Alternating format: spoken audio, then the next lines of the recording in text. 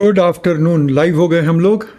Class 17, गुरुवार 4 मई 2023। Time real time नहीं है, वो पहले ही लिख लिया था 1 बजे। टाइम हो रहा है 1 बज करके 3 मिनट। आई होप आप सब लोग बहुत अच्छे हैं। मेरी आवाज़ भी क्लियर और अच्छी पहुंच रही है आप तक, और कंफर्टेबल भी हैं आप लोग, नोटबुक वगैरह को लेकर के तैयार। Good afternoon. जो लोग प्रणाम भेज रहे हैं, बहुत बहुत आशीर्वाद। और जो लोग नहीं भी भेज रहे हैं, गुड आफ्टरनून भी भेज रहे हैं, उनके लिए भी दिल से आशीर्वाद और शुभकामनाएं। आई होप कि एकदम आप लोग तैयार हो गए हैं क्लास के लिए। मैं तो हूं ही तैयार।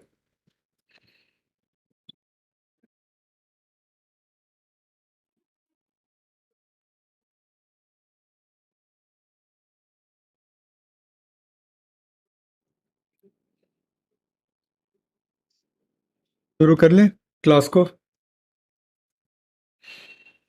1 बज करके 4 मिनट का टाइम हो गया है, क्लास को शुरू कर लेते हैं।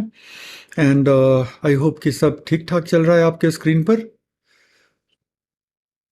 शुरू करते हैं। आज क्या करने जा रहे हैं, क्या कर लिया जाए? बायोसेफ्टी। बायोसेफ्टी का मतलब क्या है? अब ध्यान देना शुरू कर दीजिए, पढ़ाई शुरू हो गई है। तो बायोसेफ्टी का मतलब क्या है? बायोसेफ्टी का मतलब है कि हमारी जो बायोडाइवर्सिटी है, उसको बायोलॉजिकल थ्रेट से बचा के रखना। बायोलॉजिकल डाइवर्सिटी को कई तरह के खतरे हैं। हमने क्या क्या देखा था बायोलॉजिकल डाइवर्सिटी के खतरों में? हमने देखा था कि अब देखो, ये पेन यहाँ पे है मेरा, और पेन का कैप जो है वो फरार हो गया है। उसको अभी चार्ज करने के लिए मैंने रखा था, अब वो फरार हो गया। देखो क्या कलयुग आ गया है। अरे सबका कमेंट पढ़ते हैं। किसी ने कंप्लेन किया कि सर कमेंट नहीं पढ़ते। भाई कैसे नहीं पढ़ेंगे कमेंट? आप हैं तो हम हैं। कभी सोचा है कि टीचर का जो अस्तित्व है एक टीचर के रूप में, वो तो स्टूडेंट की वजह से है ना। अगर स्टूडेंट ना हो तो मैं किसका टीचर हूं? सोच के देखो। तो आपका कमेंट नहीं पढ़ेंगे, आपको नहीं पढ़ाएंगे, तो कैसे होगा? सर आज आप काफ़ी अच्छे लग रहे हैं, अनुराग ने कहा। इससे क्या सिद्ध होता है? कि बाकी दिन अच्छा नहीं लगता। वैसे छोड़ो, अच्छा लगता हूँ नहीं लगता हूँ उससे क्या ही फर्क पड़ता है। जब तक कि आप लोगों को अच्छे से पढ़ा रहा हूँ, तब तक सब कुछ अच्छा ही है। सो आज हम लोग बात करते हैं बायो सेफ्टी की। और बायो सेफ्टी में हम लोग बायोडाइवर्सिटी के ऊपर थ्रेट्स की अगर हम बात कर लें, तो बायोडाइवर्सिटी के हमने देखे थे 6 थ्रेट बायोडाइवर्सिटी के। वो कौन कौन से 6 थ्रेट की हमने चर्चा की थी? सबसे पहले हमने चर्चा की थी हैबिटेट डिस्ट्रक्शन की। मतलब कि पर्यावास को क्षति जो ह्यूमन एक्टिविटी से पहुंचती हैं।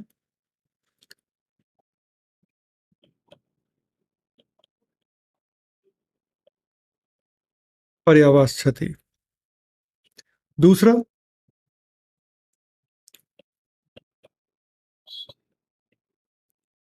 पर्यावास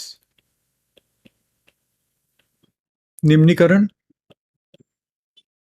जैसे कि प्रदूषण वगैरह की पर्यावास की क्वालिटी हमने गिरा दी। राइट, पर्यावास तो वही है, क्वालिटी उसकी हमने गिरा दी। तीसरा क्या था? तीसरा था अति दोहन। कि जहां भी हमारा कमर्शियल इंटरेस्ट लाई करता है, तो वहां पर हम संसाधनों का अति दोहन करने लग जाते हैं, और उससे क्या होता है कि संसाधन ही कम होते चले जाते हैं। तो ये तीसरा था। चौथा क्या था? चौथा था exotic and invasive species. Exotic and invasive species का मतलब है अप्रवासी तथा आक्रामक प्रजातियां।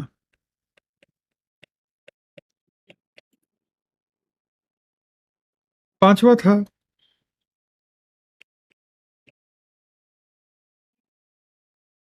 जलवायु परिवर्तन। आई होप कि आपको याद है ये पॉइंट। और छठा था सहविलोपन। ये बायोडाइवर्सिटी की हमारी पहली क्लास से रिकैप है, और ये भी दिखाता है कि कैसे तार एक दूसरे से जुड़े होते हैं। जो टॉपिक हमने बायोडाइवर्सिटी सेक्शन के प्रारंभ में किया था, वो जो है कैसे आज हमारे साथ कनेक्ट हो रहा है। तो अगर हम इन सब की चर्चा कर लें, राइट, अगर हम इन सारे चीज़ों की चर्चा कर लें, तो आप क्या देखते हो कि पर्यावरण क्षति,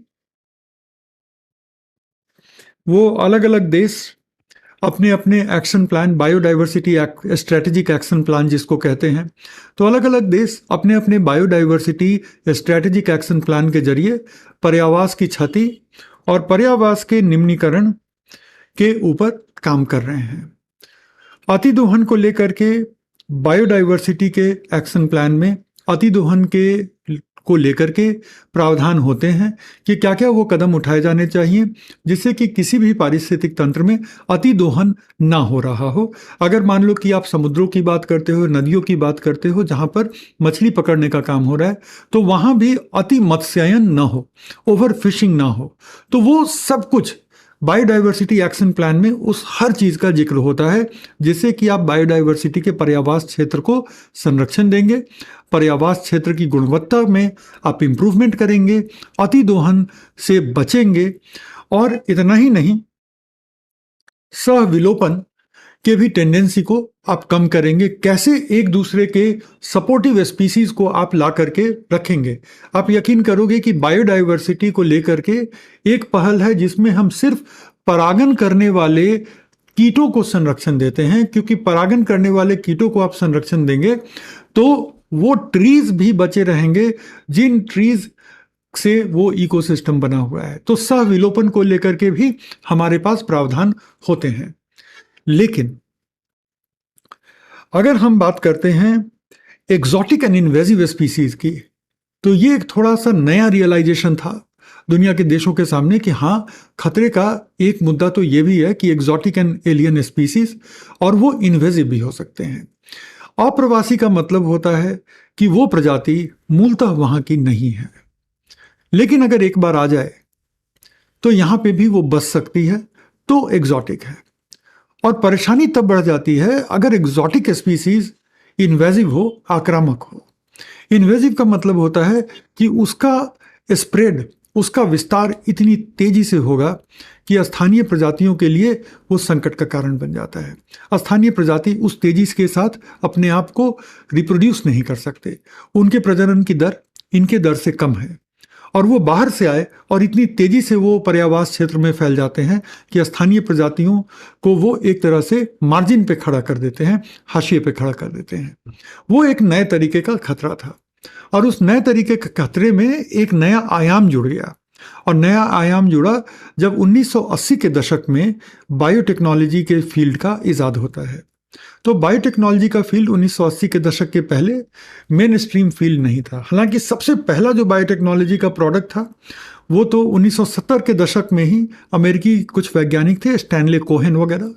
तो 1970 के दशक में ही उन्होंने जीवाणुओं में जीन स्थानांतरण का एक्सपेरिमेंट किया था। हम लोग भी साइंस टेक में देखेंगे कि कैसे जीन स्थानांतरण का एक्सपेरिमेंट होता है। तो 70 के दशक में स्टैनले कोहेन वगैरह ने किया था, लेकिन 10 साल तक ये जो टेक्निक थी वो बेसिकली लैब वगैरह में ही रही, लैब से निकल करके इंडस्ट्री में नहीं आई। लेकिन 1980 के दशक में ये लैब से निकल करके इंडस्ट्री में आ गई, और उसके बाद बायोटेक्नोलॉजी के प्रोडक्ट के एक्चुअल मार्केट में आने की संभावना बढ़ गई। तो उसको लेकर के एक जो दुविधा थी, एक जो शक था, वो शक इस चीज़ को लेकर के था कि बायोडाइवर्सिटी के जो प्रोडक्ट्स होंगे, उससे जो उत्पन्न पौधे होंगे, उससे जो उत्पन्न जीवाणु होंगे या जंतु भी होंगे, तो हम उनको बना ही रहे हैं कि वो सामान्य से ज़्यादा बेहतर गुणों को प्रदर्शित करें। कोई ऐसा पौधा विकसित करो जो कीटों के प्रति प्रतिरोधी हो, कोई ऐसा जंतु लेकर आओ जो तेजी से ग्रो होता हो और जिसको आसानी से बीमारी ना लगे। तो इस तरह के जो विशेष गुणों वाले पौधे हैं, जंतु हैं या जीवाणु हैं, ये आप मानोगे कि सामान्य परिस्थितियों में सामान्य जंतुओं की वैरायटी, सामान्य पौधों की वैरायटी की तुलना में इनका विस्तार तेजी से होगा। क्यों इनका विस्तार तेजी से होगा?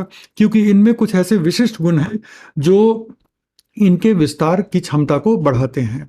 तो जब तक आप किसी फसल के पौधे की बात कर रहे हैं, ये बहुत अच्छा गुण है। लेकिन अगर गलती से ये जीन कहीं इधर उधर के पौधों में चला गया, तब तो ये बायोडाइवर्सिटी के लिए खतरा बन जाएगा। एक कहानी सुनो, जिस कहानी को हम कहते हैं सुपरवीड की कहानी। ये मेरा पेन ऐसा क्यों काम कर रहा है? जिसको हम कहते हैं सुपरवीड की कहानी, रिलेटेड कहानी है, अभी इस पे लिखने की जरूरत नहीं है।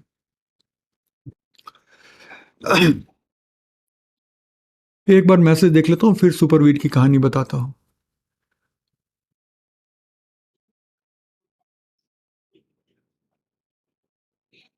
यास्मीन ने बड़ी अच्छी बात कही कि सर आप बहुत अच्छा पढ़ाते हैं पर मेरा कमेंट कभी नहीं देखते। बिल्कुल वो बात नहीं है, मैं सबका कमेंट देखता हूं। कमेंट खूब सारे आते हैं, अगर सबको देखूं ना तो यकीनन ये सब पढ़ा ही नहीं पाऊंगा, और फिर क्लास के अंत में मुझे खुद ही बुरा लग रहा होगा कि आप लोगों का 90 मिनट मैंने उसके बदले में कुछ नहीं दिया। तो थोड़ी मेरी भी बात सुनो, फिर मैं आपकी भी बात देखूंगा, सुनूंगा। ठीक है, तो चलो।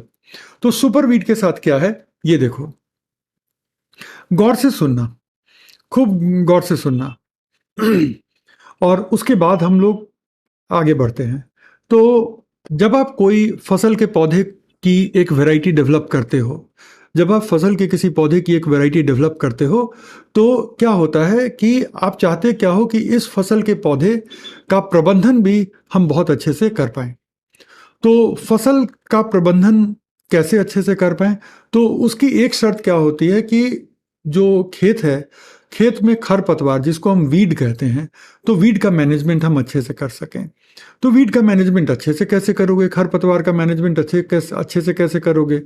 तो सीधी सी बात है कि आप या तो हाथ से खरपतवार को हटाओगे, जो कि काफ़ी टाइम कंज्यूमिंग प्रोसेस है और लेबर इंटेंसिव प्रोसेस है, और बहुत बड़े एरिया में इसको तेजी से इम्प्लीमेंट नहीं कर पाओगे।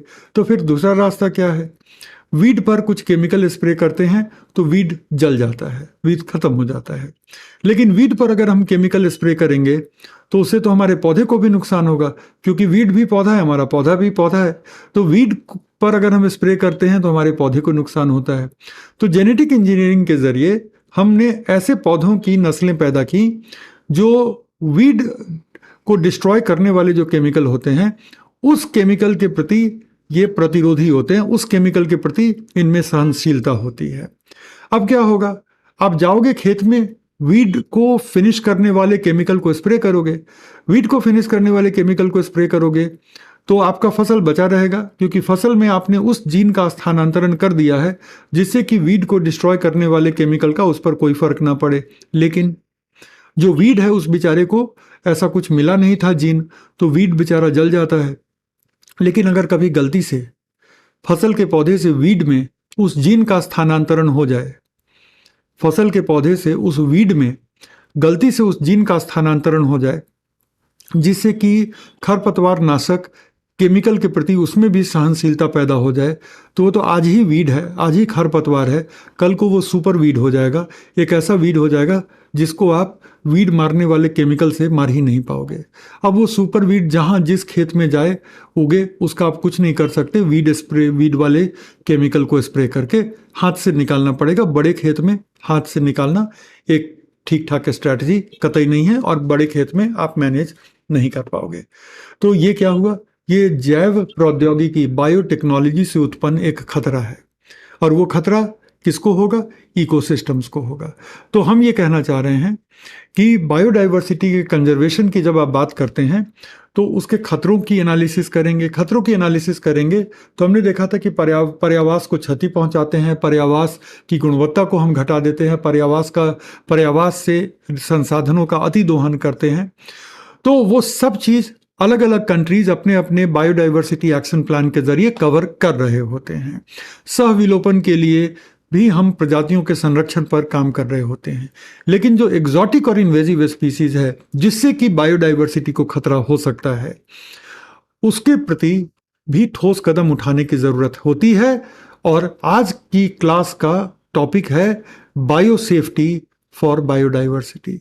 मतलब जैव विविधता को हम खतरनाक जैविक एजेंटों से कैसे बचा के रखें, और वो खतरनाक जैविक एजेंट क्या होंगे।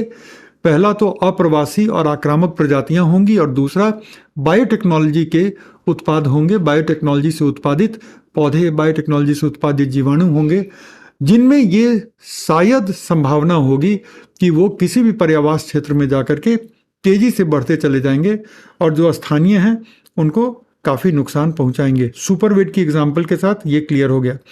चूंकि मैं लिखवा नहीं रहा था तो आप भी लिखने की चिंता मत कीजिएगा, लिखवाने वाली बात लिखवाएंगे भी। तो ये जो है इस चार्ट को अब आप लिख लीजिए, ये चार्ट को अब लिखना ज़रूरी रहेगा। तो ये जो चार्ट है वो है जैव विविधता पर खतरे, और जैव विविधता के इन खतरों में से 1, 2, 3 और 4 जो है वो देशों के national biological diversity strategic action plan के तहत उस पर काम हो रहा है। जलवायु परिवर्तन के लिए United nation framework convention on climate change के माध्यम से काम हो रहा है ना। तो जलवायु परिवर्तन जो है ये UNFCCC के माध्यम से इस पर भी काम हो रहा है, लेकिन ये जो है इसके लिए कुछ विशेष प्रावधान करने होंगे, इस पे एक विशेष क्लास की ज़रूरत पड़ती है जो आज हो रही है। तो एक मैसेज मैंने पढ़ा था कि ये कल के साथ कनेक्ट क्यों नहीं हो रहा है, अब होने लग जाएगा। लेकिन जब मैं बोलूं कि बस मेरी बात सुनना, तो धैर्य से सुन लो।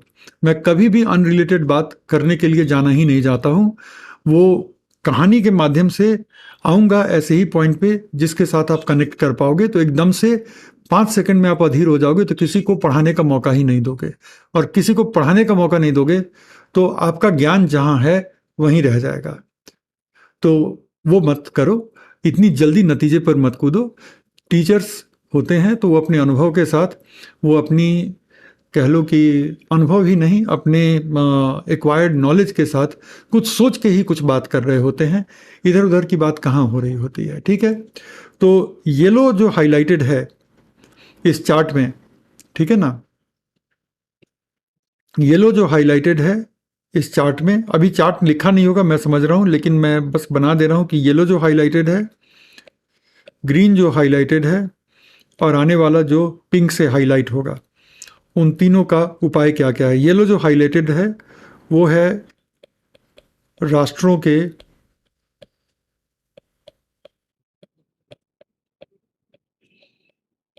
जैव विविधता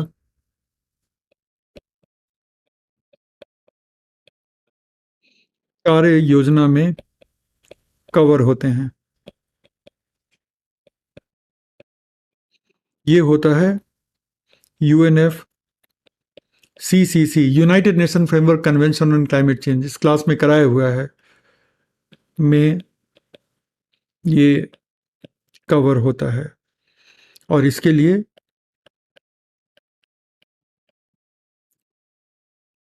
विशेष जैव सुरक्षा उपाय किए जाते हैं। ठीक है, इन तीनों कलर का अब आप कोड समझ गए हैं कि किस कलर से हम क्या अर्जित करने की कोशिश कर रहे हैं। अब ये देख लो कि पिंक वाला जो मामला है ये विशेष जैव सुरक्षा उपायों से ये ठीक होगा, और जो येलो वाले मामले हैं, येलो वाले मामले राष्ट्रों के अपने अपने रणनीतिक कार्य योजना के जरिए वो ठीक हो जाएंगे, वहाँ पे कहीं कोई दिक्कत नहीं है। और जो अपना ग्रीन वाला है वो United nation framework convention on climate change के माध्यम से उस पर काम होगा। ठीक है, अब इसके बाद हम आ जाते हैं जैव सुरक्षा के कंसेप्ट पर। ये चार्ट बन गया।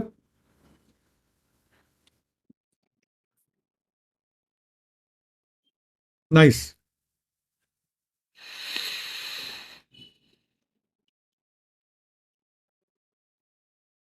ये चार्ट बन गया। राहुल कह रहे हैं क्लास की टाइमिंग चेंज कर दीजिए, इस टाइम 1:30 के बाद नींद आने लग जाती है।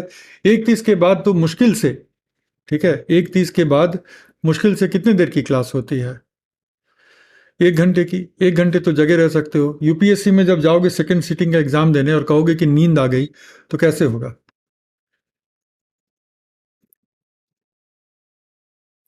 सर आप कलर के थ्रू कोड कर लेते हैं, हम कैसे करें? भाई थोड़ी पेंसिल रखो ना आप लोग। सर हम लोग कैसे हाईलाइट करेंगे? या तो हाइलाइटर रख लो, या कलर पेंसिल से शेड कर लो, कुछ तो रास्ता होगा। कुछ तो रास्ता होगा। अभी अपने नोट्स जब बना रहे हो तब जितने कलर का इस्तेमाल करना है करो, एग्जाम में मत करना। एग्जाम में बहुत चीजें अलाउड नहीं होगी, लेकिन नोट्स बनाने के वक्त तो बिल्कुल संकोच मत करो ना, क्योंकि यही नोट्स आप आगे जा करके अच्छे से रिवाइज करने वाले हो। तो इन नोट्स में अगर हम थोड़ा भी कलर वगैरह का इस्तेमाल करके उसको ज़्यादा क्लियर कर लेते हैं, तो वो हमारे लिए अच्छा है ना? चलो इसको आप लोग अब कवर कर लो।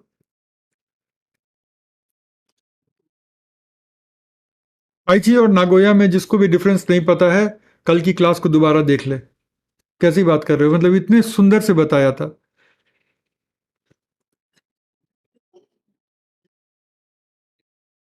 वैष्णवी कह रही कलर पेन रखे हैं देखो।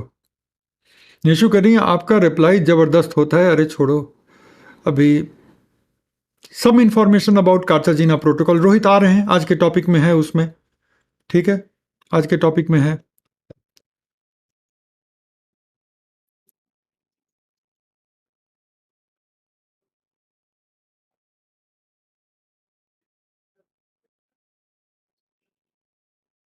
आपने ओरिएंटेशन क्लास में बताया था कि सबको कलर पेन लेकर बैठना है। अब सारे लोग देखे नहीं होंगे, देखे होंगे तो क्रियान्वयन भी तो एक मामला होता है। चलो आगे चलते हैं और आगे देखते हैं जैव विविधता से जुड़ी जैव सुरक्षा का मामला, क्योंकि टॉपिक तो वही है।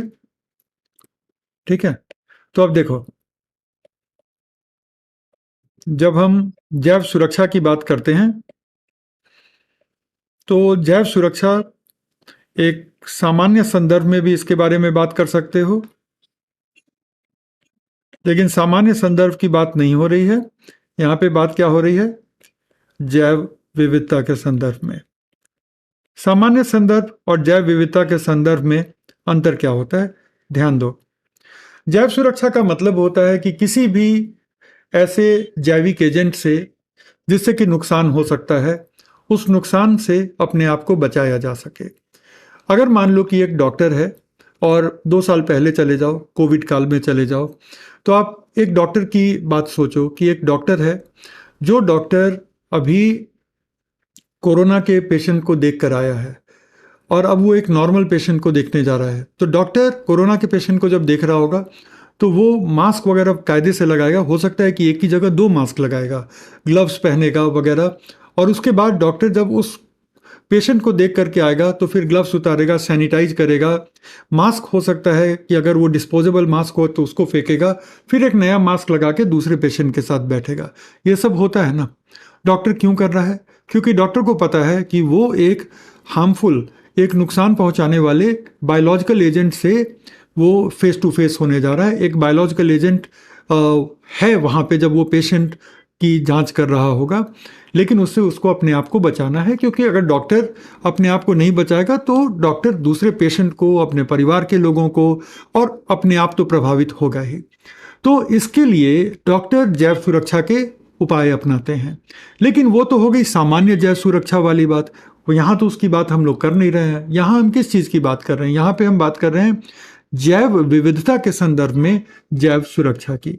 तो जैव विविधता के संदर्भ में जैव सुरक्षा से हमारा मतलब है कि जैव विविधता को हम हानिकारक जैविक एजेंटों से बचा के रखें। तो जैव विविधता,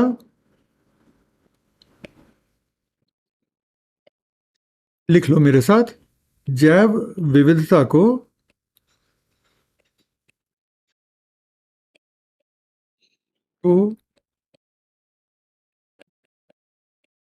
हानिकारक एजेंटों से बचाना। और ये जो हानिकारक एजेंट हैं वो 2 श्रेणियों में आएंगे। पहली श्रेणी का जो हानिकारक एजेंट होगा वो होगा एग्जॉटिक एन इन्वेजिव स्पीसीज, पीछे एक्सप्लेन कर दिया। अब कोई नहीं पूछेगा एग्जॉटिक और इन्वेजिव स्पीसीज क्या होते हैं, ठीक है। और दूसरा क्या होगा, पुनः संयोजी डीएनए तकनीक से बने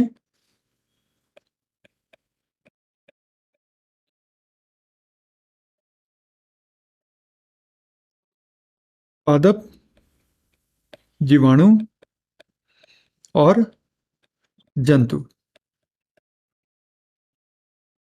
राइट। तो ये हो गई बात जैव सुरक्षा की। और सामान्य संदर्भ में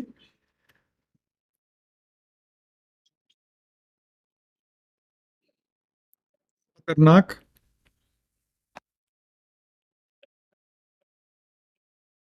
जैविक एजेंटों से, यही कारण है कि हाल में, पहले ना मैं पैंडेमिक के पहले मुझे पढ़ने पढ़ाने लिखने के अलावा फिल्म देखने का भी बड़ा शौक था। मतलब सेलेक्टेड ही फिल्म देखता था, बहुत ज़्यादा नहीं देखता था, लेकिन देखता था। अब लगभग हफ्ते 10 दिन में एक फिल्म तो देख ही लेता था। अच्छी फिल्में बन रही हैं तो अब उसमें मेरी क्या गलती है। तो अब पैंडेमिक के बाद बहुत कम हो गया, अब कई महीनों में एक बार जाता हूँ। हाल में गया तो जब सिनेमा थिएटर में बैठा तो एक मास्क तो पहन करके बैठा हुआ था, फिर जब अंधेरा हुआ तो एक और मास्क लगा लिया। तो वो क्या था, वो सामान्य संदर्भ में मैं जैव सुरक्षा के उपाय कर रहा हूँ, खतरनाक जैविक एजेंटों से बचाव कर रहा हूँ। कुछ हफ्ते, 1-2 हफ्ते पहले की बात है, तो कोरोना के केसेस बढ़ रहे थे। तो मुझे लगा कि वो कोरोना का वायरस दिखता तो है नहीं, तो आप अपनी सुरक्षा खुद करें। सिनेमा थिएटर में सारे लोग जो थे वो मतलब ऐसे ही बिना मास्क वगैरह के थे। शायद एक आधा लोग और होंगे मेरी तरह से पुराने ख्याल के लोग जो मास्क वास्क थोड़ा पहने हुए थे। तो मैं एक मास्क लगा के गया, और जैसे ही अंधेरा हुआ मुझे लगा कि अब तो कोई नहीं देख रहा होगा, तो मैंने दूसरा मास्क भी लगा लिया। तो वो सामान्य संदर्भ की जैव सुरक्षा है, उसकी बात हम लोग यहाँ कर ही नहीं रहे, ठीक है। उसकी बात करने का कोई फायदा नहीं है। We are in biodiversity. तो यहाँ पर बात हो रही है कि बायोडाइवर्सिटी को हम किस तरह से, जैव विविधता को किस तरह से हम हानिकारक एजेंटों से बचा सकते हैं। तो दो ही तरह के हानिकारक एजेंट होते हैं, एग्जॉटिक एंड इन्वेजिव स्पीसीज, ठीक है। और दूसरा जो रिकॉम्बिनेंट डीएनए टेक्नोलॉजी से बने हुए पादप, जीवाणु और जंतु होते हैं। रिकॉम्बिनेंट डीएनए टेक्नोलॉजी, पुनः संयोजी डीएनए तकनीक क्या होती है? पुनः संयोजी डीएनए तकनीक का मतलब है कि किसी एक प्राणी से डीएनए का एक छोटा हिस्सा लेकर के किसी दूसरे प्राणी में प्रत्यारोपित करना। प्रत्यारोपित का मतलब क्या? इम्प्लांट करना। तो किसी दूसरे प्राणी में प्रत्यारोपित करना ताकि उसके कारण कुछ नए गुण आ सकें, उसको हम कहते हैं पुनः संयोजी डीएनए तकनीक। मतलब कि डीएनए की रीमिक्सिंग कर दी, डीएनए की रीमिक्सिंग कर दी, ठीक है। तो जैसे रीमिक्स म्यूजिक होता है ना, पुराने गानों को लो उसमें झंकार बीट डाल दो तो रीमिक्स हो गया। तो क्या है, लिरिक्स वही है लेकिन उसमें झंकार बीट्स डल गए तो वो कुछ नया हो गया। इसी तरह से कई बार क्या होता है कि म्यूजिक वही रखो और उस म्यूजिक पे कुछ भक्ति वाले लिरिक डाल दो, तो वो भक्ति वाले सीजन में वो गाने चलते रहते हैं, है ना। तो वो क्या है, रीमिक्स म्यूजिक है। तो डीएनए की रीमिक्स को हम रिकॉम्बिनेंट डीएनए टेक्नोलॉजी कहेंगे, जहां पे इधर से कुछ डीएनए लिया, उधर एक डीएनए है, दोनों को जोड़ दिया, अब कुछ नए गुण आपको दिखने लगेंगे। मिसाल के तौर पे बीटी कॉटन। तो बीटी कॉटन में एक जीवाणु जिसका नाम है बैसिलस थुरिंजिएंसिस, उसके एक जीन को हमने कॉटन में, कपास में हमने स्थानांतरित कर दिया, और उसकी वजह से कपास हो गया कीटरोधी। कपास का जो सबसे इंपॉर्टेंट कीट है उसका नाम है बॉल वर्म, BOLL वर्म। तो बॉल वर्म के प्रति अब इसमें सहनशीलता आ गई, अब बॉल वर्म इसको अटैक नहीं कर पाता है। तो ये हुआ पुनः संयोजी डीएनए तकनीक। ये बात समझ में आ गई? यस, नो, थोड़ा सा बताओ।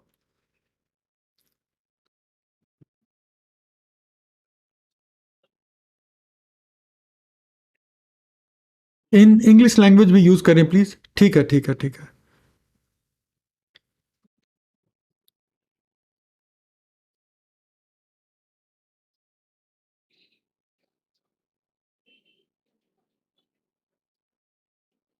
ऐसा करें सर, आप चाय पी लीजिए।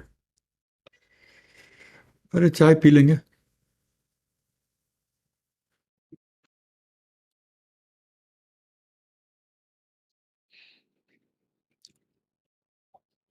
बबीता ने बहुत सुंदर सवाल पूछा है, इसका जवाब देना पड़ेगा। सर, स्टडी से रिलेटेड कोई मूवी बताइए। बबीता, वो मूवी अभी चल रही है, 1 बजे से जो है 2:30 बजे तक वो मूवी चलती है। तो यही वो मूवी है, स्टडी से रिलेटेड। और इस मूवी को देखेंगे तो सिलेबस भी पूरा होता रहेगा।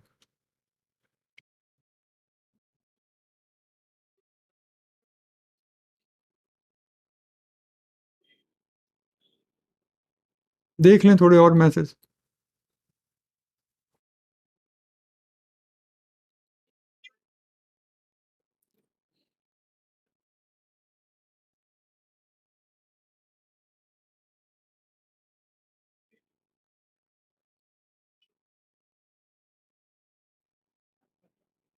चलो, let's get moving, let's get moving, let's get moving. चलो, तो जैव सुरक्षा, जैव विविधता के लिए दो चीजों से उत्पन्न होता है जैव सुरक्षा का मामला, इन दोनों से। तो इसके लिए कुछ विशेष उपाय करने पड़ेंगे। क्या क्या वो विशेष उपाय हैं?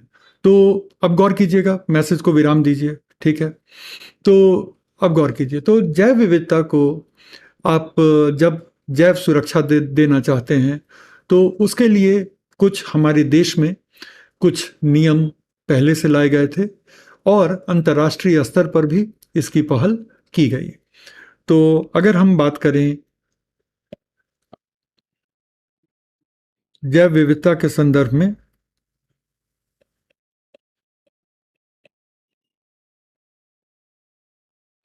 लिखते जाएगा जैव विविधता के लिए जैव सुरक्षा के उपाय, उसके बाद हम पीडीएफ पर आएंगे, ठीक है? जैव सुरक्षा के उपाय, तो इसमें भारत की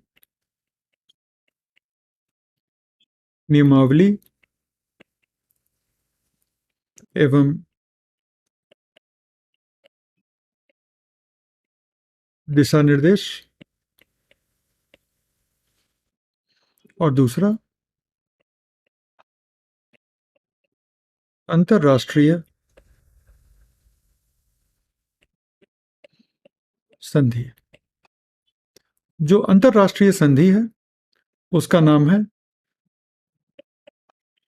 कार्टाजेना प्रोटोकॉल। जो पता है, आज थोड़े और डिटेल में देख लेंगे इसको।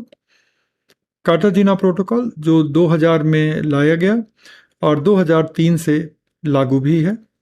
और भारत की नियमावली और दिशा निर्देश में एक नियमावली को कहते हैं 1989 की नियमावली, और दूसरे को कहते हैं 1990 के दिशा निर्देश। तो भारत दुनिया के उन चंद देशों में से है जिसने जैव विविधता के सुरक्षा के लिए और सामान्य सुरक्षा के लिए भी बायो सेफ्टी के नियम 1989 1989 में ही बना लिए थे। अभी तक जैव सुरक्षा पर कोई अंतर्राष्ट्रीय स्तर पर कोई इस तरह की पहल भी नहीं हुई थी। तब भी भारत ने ये 1989 में रूल्स बनाए थे। 1989 तक ये क्लियर हो गया था कि बायोडाइवर्सिटी पर आनुवांशिक रूप से परिवर्तित जो पादप हैं, जो जंतु हैं, जो एनिमल हैं, जो बैक्टीरिया हैं, तो बायोडाइवर्सिटी पर उनका प्रभाव तो पड़ेगा। और चूंकि बायोडाइवर्सिटी पर उनका प्रभाव पड़ेगा तो उसको लेकर के कदमों को उठाने की ज़रूरत है। भारत टेक्नोलॉजिकली अब आगे की सोच रहा था और समय रहते भारत ने इस तरह की नियमावली बनाई। इस नियमावली में मूलतः ये कहा गया है कि जो भी जोखिम भरे सूक्ष्म जीव हैं, माइक्रो ऑर्गेनिज्म हैं, उनके हैंडलिंग को लेकर के कुछ रूल्स रहेंगे और कुछ परमिशन लेने पड़ेंगे। और साथ ही साथ ये भी कहा गया कि जो भी आनुवांशिक तौर पे परिवर्तित जो जीव हैं, जो पादप हैं, उनके भी प्रयोगों पर उनको बाजार में लाए जाने पर, उनके भंडारण पे, उनके आयात निर्यात पे, हर चीज पर सरकार की अनुमति जरूरी होगी। साथ ही साथ अनुवांशिक इंजीनियरिंग, जेनेटिक इंजीनियरिंग पे जो रिसर्च हो रहे थे, उनको लेकर के भारत ने एक दिशा निर्देश भी जारी की कि इस रिसर्च की दिशा क्या होनी चाहिए और क्या क्या चीज़ें परमिटेड हैं, क्या क्या चीज़ें परमिटेड नहीं हैं। और दूसरी तरफ जब 1992 में जैव विविधता का भी समय लाया गया, जो कि 1994 से 1993 से वो फोर्स में आ गया था, तो उसके बाद से तब से बात चल रही थी कि भाई बायो सेफ्टी के लिए हम लोग क्या कर रहे हैं, क्या किया जा सकता है।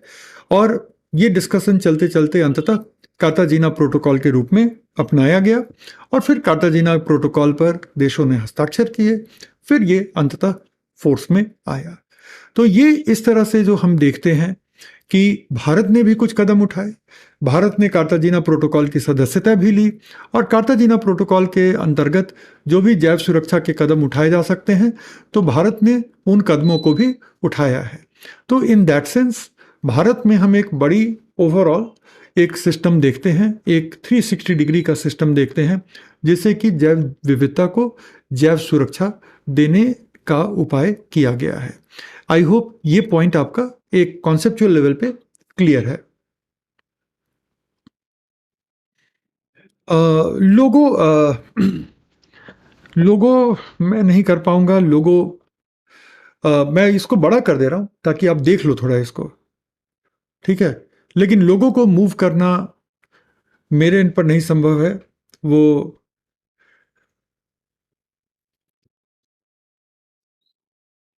समझ में आ जाता है पर एग्जाम में कैसे लिखेंगे। आनंद, अभी हम लोग जा रहे हैं ना पीडीएफ पर। अभी तो हम लोग बस एक कॉन्सेप्ट बना रहे हैं। पीडीएफ पे तो जाएंगे ही, तो पीडीएफ पे तो सब कुछ लिखा हुआ है, तो एग्जाम में लिखने के लिए है। नियमावली का मतलब क्या? नियमावली का मतलब होता है रूल्स, ठीक है। क्योंकि एक नहीं कई सारे रूल्स होते हैं, इसीलिए उसको नियम न कह के नियमावली कहते हैं।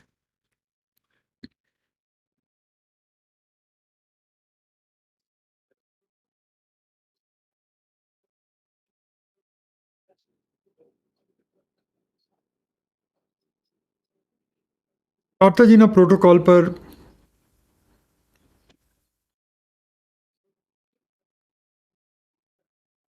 टिप्पणी करें वो हम बता देते हैं। शीत युद्ध अभी मत पूछो, इसलिए नहीं पूछो क्योंकि फिर हम लोग किसी और डायरेक्शन में चले जाएंगे। सर क्या पूरी बायोलॉजी पढ़ें या कुछ चैप्टर पढ़ें? देखो 9th-10th की पूरी साइंस की किताब पढ़ लो और बस, ठीक है। और 11th-12th में तो इन्वायरमेंट के मैंने 4 चैप्टर बताए थे, तो बस उतना पढ़ लो तो वो काफ़ी है, उससे ज़्यादा कुछ भी नहीं पढ़ना। नियमावली का मतलब इंग्लिश में रूल्स।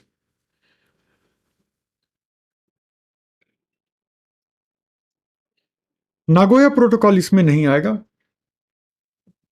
आगे चलिए।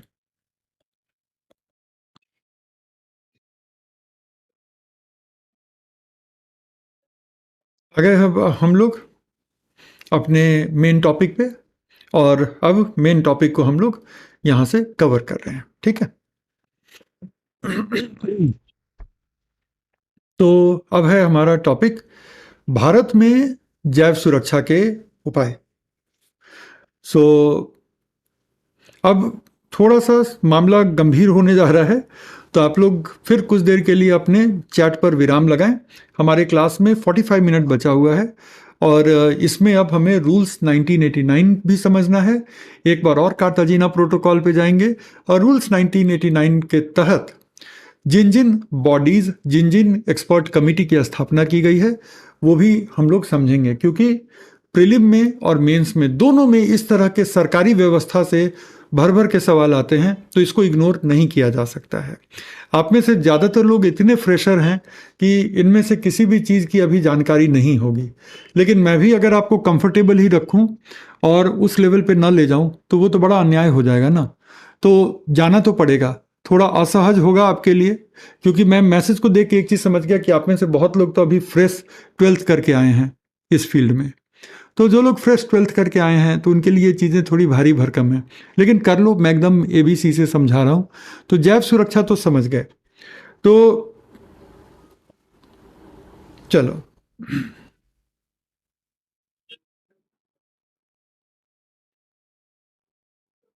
देखो, अब अंडरलाइन करना शुरू करते हैं। सबसे पहले क्या होती है जैव सुरक्षा, एक चार्ट बना दिया है हमने। तो जैव सुरक्षा एक व्यापक शब्द है, जितना हम अंडरलाइन कर रहे हैं उतना ही आप भी लिखेंगे। जैव सुरक्षा एक व्यापक शब्द है, तो बस इतना ही लिखना, एक व्यापक शब्द। सामान्य अर्थ क्या है? संक्रामक एजेंटों से बचाव, बस इतना ही है सामान्य अर्थ में। और जैविक विविधता के संदर्भ में क्या है इसकी मीनिंग? जीवित संशोधित जीवित जीवों सहित आक्रामक प्रजातियों से जैव विविधता को का बचाव।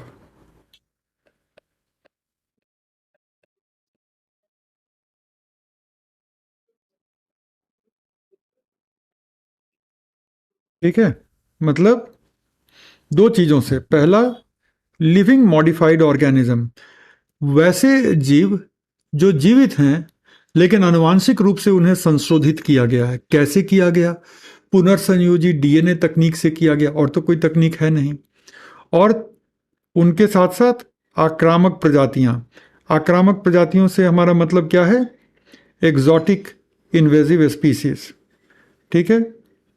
और जीवित संशोधित जीव का मतलब है जिनको जेनेटिक इंजीनियरिंग से हमने चेंज किया है, वो हैं जीवित संशोधित जीव। पॉइंट क्लियर है? ये इतना आपने लिख लिया।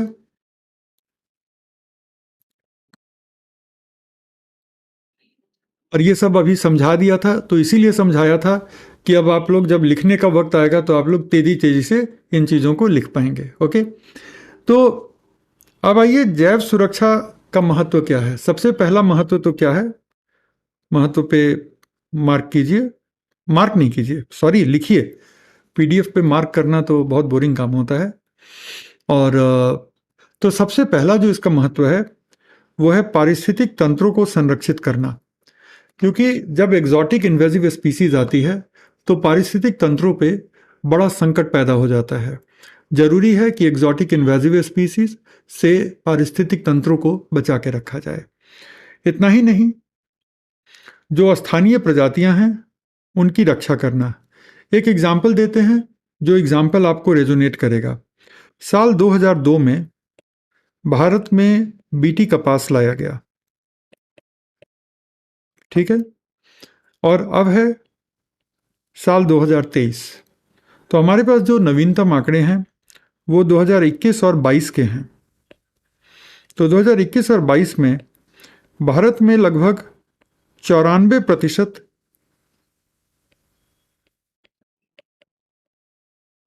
कपास की जो खेती थी ना, भारत में तकरीबन 94% कपास की खेती हो रही थी बीटी कपास से।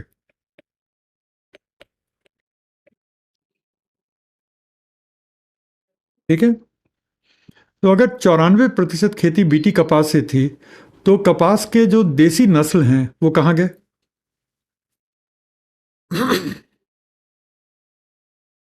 अच्छा, अभी आपको दिख नहीं रहा होगा तो थोड़ी देर के लिए मैं अपने आप को यहां से हटा देता हूं कि आप लोग आराम से इसको देख लें। नोट कर लीजिए इसको।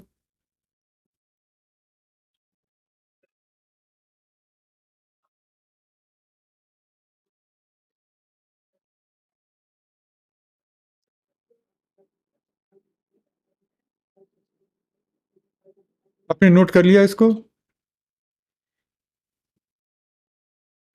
चलो, तो अब क्या है कि कभी भी जब सुपीरियर वैरायटी आ जाती है ना, तो स्थानीय प्रजातियों को कोई तवज्जो नहीं देता, और धीरे धीरे स्थानीय प्रजातियां विलुप्त होने लग जाती हैं। और अगर आपने स्थानीय प्रजातियों को विलुप्त कर दिया तो आपने एक बहुत इंपॉर्टेंट जेनेटिक रिसोर्स खो दिया। बहुत इंपॉर्टेंट जेनेटिक रिसोर्स को आपने खो दिया। कैसे बहुत इंपॉर्टेंट जेनेटिक रिसोर्स को खो दिया? कल को अगर किसी तरह की ब्रीडिंग कार्यक्रम वगैरह में आप इसको ढूंढेंगे तो वो आपको मिलेगा ही नहीं, राइट? तो इसलिए आपके लिए जरूरी है कि आप स्थानीय प्रजातियों को बचा के रखें, इंप्रूव्ड वैरायटी को ग्रो करें, लेकिन इस शर्त पे नहीं कि स्थानीय प्रजातियां विलुप्त हो जाएं। That is very very important. फिर क्या है कि विलुप्त होने के जोखिम को कम करना। कई बार क्या होता है कि एग्जॉटिक इन्वेजिव स्पीसीज इतनी तेजी से फैलते हैं कि वो स्थानीय प्रजातियों को विलुप्त करते चले जाते हैं। अनुवांशिक विविधता वाला पॉइंट मैं बता ही चुका हूं। ये एकदम से मेंस के आंसर के फॉर्मेट में दिया हुआ है, सो दैट कि कभी क्वेश्चन आ जाए तो पॉइंट आपको याद रहे, और ये पीडीएफ जब आप पढ़ेंगे तो इस पॉइंट की एक एक दो दो सेंटेंस में आप एक्सप्लेनेशन भी लिख सकते हैं, ठीक है? और लास्ट में क्या है, खाद्य सुरक्षा। खाद्य सुरक्षा ऐसे कि जब आप स्थानीय वैरायटी को बचा के रखते हैं तो आप आगे जा कर के, क्योंकि स्थानीय वैरायटी जो होती है वो स्थानीय परिस्थितियों के अनुसार अनुकूलित होती है। फिर से सुनो, स्थानीय प्रजातियां, स्थानीय नस्लें स्थानीय परिस्थितियों के प्रति अनुकूलित होती हैं, और अगर वो स्थानीय परिस्थितियों के प्रति अनुकूलित होती हैं तो इसका क्या मतलब निकलता है कि वो कभी भी वहां पे ग्रो कर जाएंगी। उनको अगर आप खो देते हो ना, तो एक अनुकूलित प्रजाति, एक अनुकूलित नस्ल को आप खो देते हो, और वो कल को आपके खाद्य सुरक्षा के लिए सवालिया निशान लगा देता है। तो खाद्य सुरक्षा तो इसलिए इंपॉर्टेंट है कि जैव विविधता को हम जैव सुरक्षा प्रदान करें, ठीक है?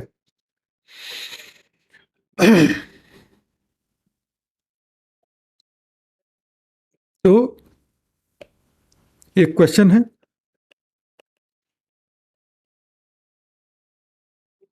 कारणों सहित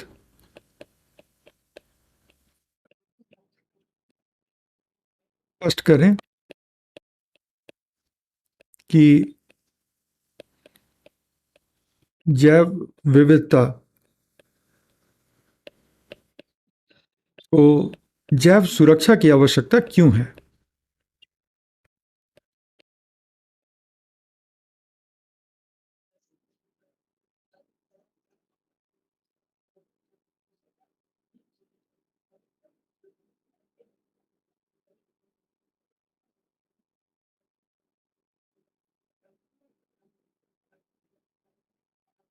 इस दिशा में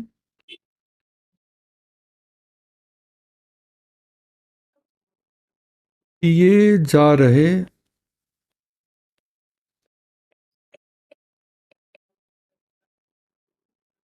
प्रयासों का भी उल्लेख करें।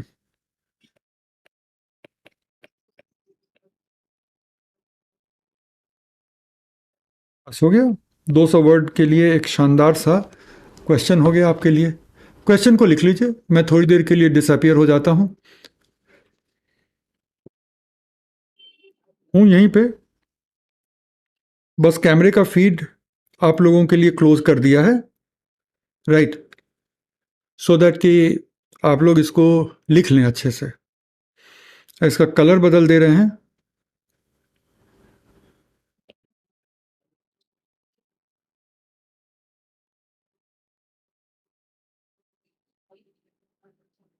तो ये आपका मेंस का क्वेश्चन हो गया।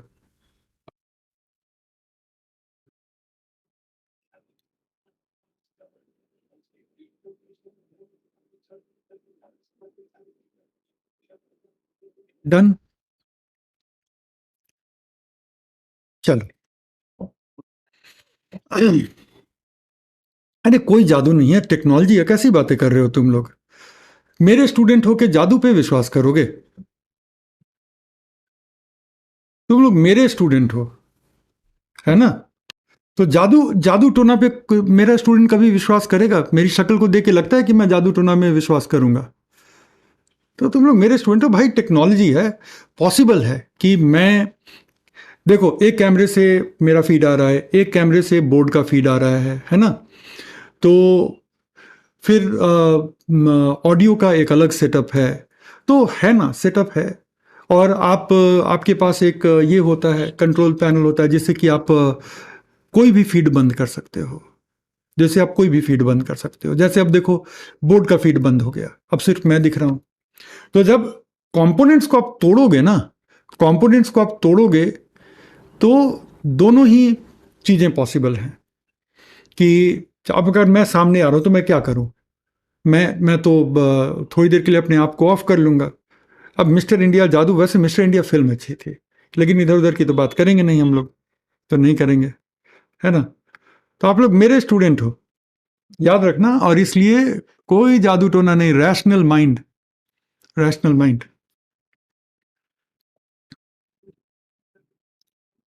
सर खरपतवार बिना लगाए कैसे उग जाते हैं? छोटे छोटे सीड होते हैं, तो वो हवा के ज़रिए वो सीड काफ़ी दूर दूर तक जाते हैं।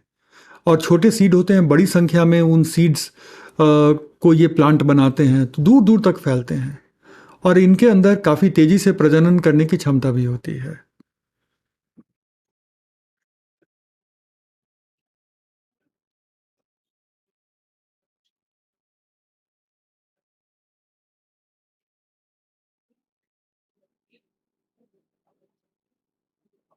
चलो, मेंस में इतना ही लिखना है? नहीं, इस दिशा में जो प्रयास हो रहे हैं उसका भी तो जिक्र करोगे ना, कि क्या क्या प्रयास हो रहे हैं इस दिशा में, तो we are going to talk about it also.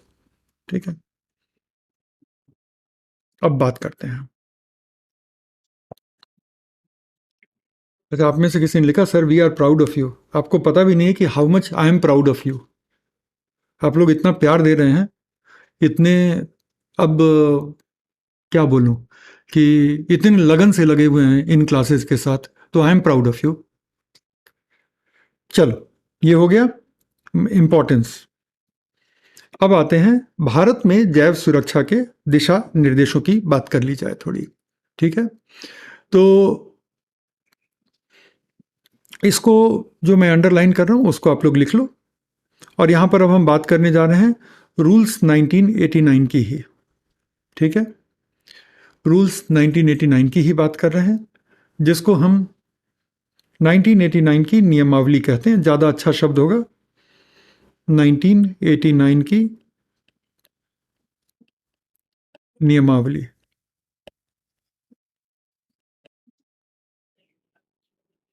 और ये जो नियमावली है ना हमारी, इसको थोड़ा एक जगह और कॉपी करके ले लेते हैं, क्योंकि अभी इसका काम पड़ने वाला है हमें। ये जो नियमावली है हमारी, ये दो चीज़ों को कवर करता है। खतरनाक सूक्ष्मजीव, लिख लेना। और दूसरा जो ये कवर करता है वो है अनुवांशिक रूप से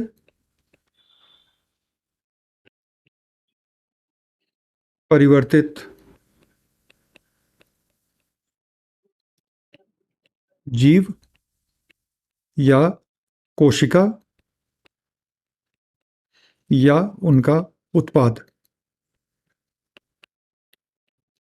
ठीक है, अनुवांशिक रूप से परिवर्तित जीव या तो कोशिका या उनसे प्राप्त कोई भी उत्पाद। और ये बड़ा डिटेल है। ये किन किन चीजों पर नियंत्रण करता है? उनके निर्माण पर, उनके उपयोग पर, उनके आयात पर, उनके निर्यात पर, उनके भंडारण पर। कितनी चीजें हो गई? 1, 2, 3, 4, 5। इन 5 चीजों को ये नियंत्रित करता है। तो लिख लो प्लीज, ये 5 चीजें जो अंडरलाइन की हैं: निर्माण, उपयोग, आयात, निर्यात और भंडारण। इनको ये 1989 की नियमावली नियंत्रित करती है। और इसको किस अधिनियम के तहत लागू किया गया था? पर्यावरण संरक्षण अधिनियम के तहत इसको लागू किया गया था। ठीक है, तो ये नियमावली इसके तहत आती है, इस अधिनियम के तहत आती है। करेक्ट। और किस मंत्रालय के द्वारा? तो मंत्रालय था पर्यावरण, वन और जलवायु परिवर्तन मंत्रालय। अब फिर से 5 दिसंबर 1989 तो लिखने की जरूरत नहीं है, क्योंकि अब पता ही है कि नियमावली 1989 है, तो 1989 में ही तो आया होगा ना, हो गई बात। तो ये है 1989 की नियमावली। जो यहाँ पे समझने की बात थी, जो आपके बहुत सारे कॉम्पिटिटर उस पर नहीं ध्यान देंगे, कि ये सिर्फ आनुवांशिक रूप से परिवर्तित नहीं बल्कि खतरनाक सूक्ष्म जीवों पर भी को भी ये कवर करती है। डन। चलो, अब इसके दायरे को देख लो। इसका दायरा क्या है? जेनेटिक मॉडिफाइड ऑर्गेनिज्म और उसके उत्पादों से जुड़ी गतिविधियां। ठीक है, जीएमओ का मतलब जेनेटिकली मॉडिफाइड ऑर्गेनिज्म।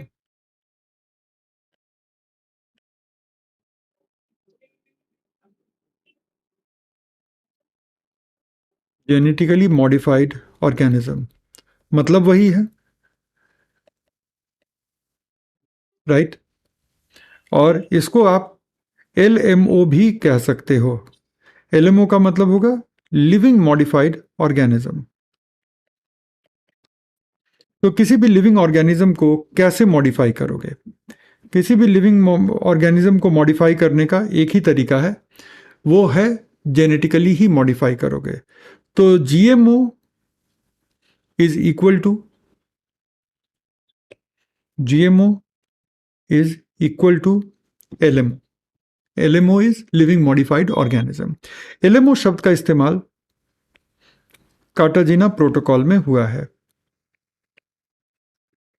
कार्टाजीना प्रोटोकॉल में इसी शब्द का इस्तेमाल होता है। कार्टाजीना प्रोटोकॉल में इस शब्द का इस्तेमाल हुआ, लिविंग मॉडिफाइड ऑर्गेनिज्म। और ऐसे सामान्यतः हम जेनेटिकली मॉडिफाइड ऑर्गेनिज्म। तो सबसे पहला क्या है, इस नियम के दायरे में जीएमओ और उसके उत्पादों से जुड़ी सारी गतिविधियां अनिवार्य रूप से कवर होती हैं। इतना आपने लिख लिया होगा, आई होप। जो मैं लिख रहा था मेरे साथ ही लिख लिया होगा। आज तो चाय पीना भूल ही गया।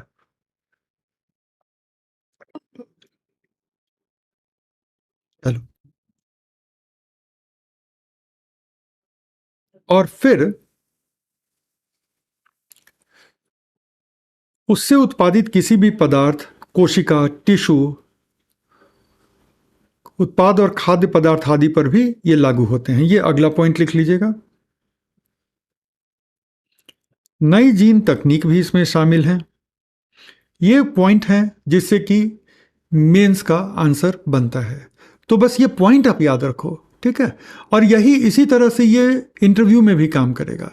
लंबे लंबे नोट्स पढ़ करके कुछ भी याद नहीं रहता, बस एक साइकोलॉजिकल सेटिस्फैक्शन होता है। मेरे साथ 6 महीने पढ़ो, आपको कम में ज़्यादा याद करने की क्षमता मैं डेवलप करा दूंगा। ठीक है। उसके बाद क्या है, एक है आरसीजीएम।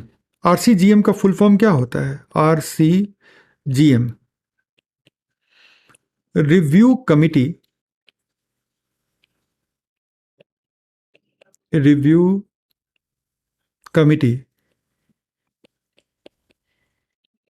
फॉर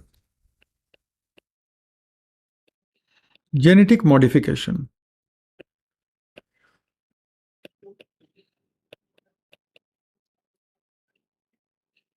अनुवांशिक परिवर्तनों पर समीक्षा समिति।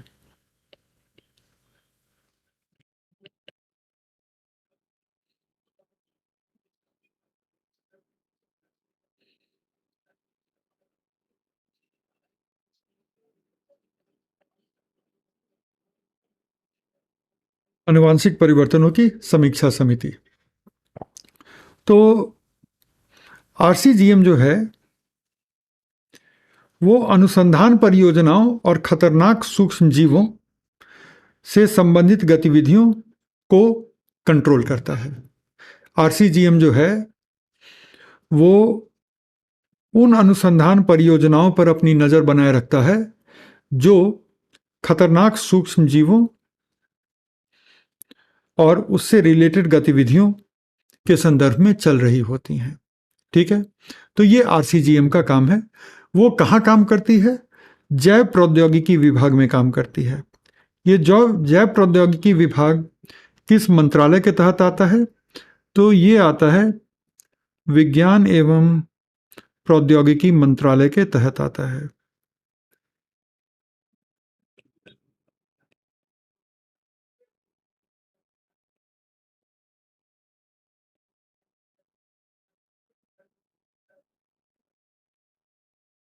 भानु कह रहे हैं आज हॉस्पिटल आ गया था। सब ठीक तो है ना? घर में आप तो ठीक हो ना?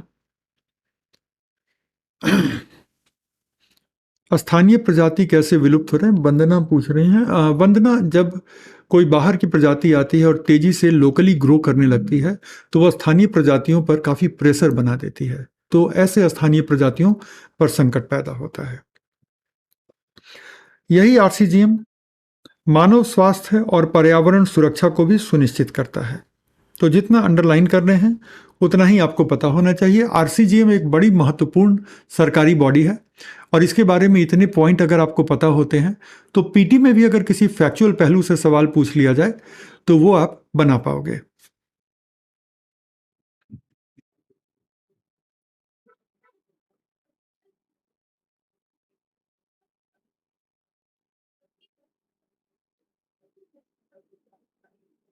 अनंत कह रहे हैं समय निकालकर एक दिन कुछ आंसर लिख करके लिखना समझा दीजिए। कर दूंगा, आगे आगे अगले हफ्ते में मैं कर देता हूँ। ठीक है, ये पॉइंट एक तरह से रिपीट ही है तो उसको छोड़ दो। इसके बाद वाली पॉइंट जो है, और बस एक और आरसीजीएम के विषय में है कि उत्पादन, बिक्री, आयात और उपयोग पर नियंत्रण। किसके? खतरनाक सूक्ष्म जीव या जेनेटिकली इंजीनियर्ड जीव? ये पॉइंट लिख लो आप। आरसीजीएम आपका खत्म हो गया। आरसीजीएम क्या है? तो अनुवांशिक परिवर्तनों की समीक्षा समिति है। कहाँ काम करती है? डिपार्टमेंट ऑफ बायोटेक्नोलॉजी में काम करती है। डिपार्टमेंट ऑफ बायोटेक्नोलॉजी कहाँ होता है? डिपार्टमेंट ऑफ बायोटेक्नोलॉजी होता है ministry of science and technology में। क्या क्या काम करती है?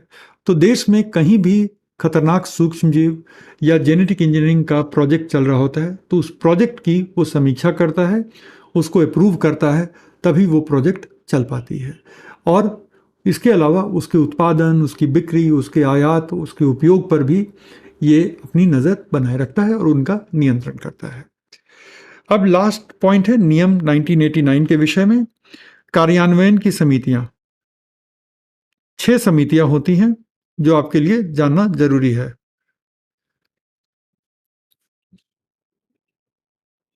राजा रानी पूछे कि पीडीएफ पढ़ना जरूरी है क्या? आप अंडरलाइन तो करवा ही रहे हो, तो जो अंडरलाइन किया हुआ है वो उससे आपका क्विक रिवीजन 10 मिनट में हो जाएगा। तो अंडरलाइन करने का पर्पस मेरा वही होता है कि 10 मिनट में सब कुछ आपके नोन में आ जाए। लेकिन एक बार डिटेल के लिए आपको ये पढ़ना जरूरी रहेगा। तो 6 सक्षम प्राधिकरण हैं इस दिशा में। ठीक है, 6 सक्षम प्राधिकरण काम करते हैं इस दिशा में। क्या क्या?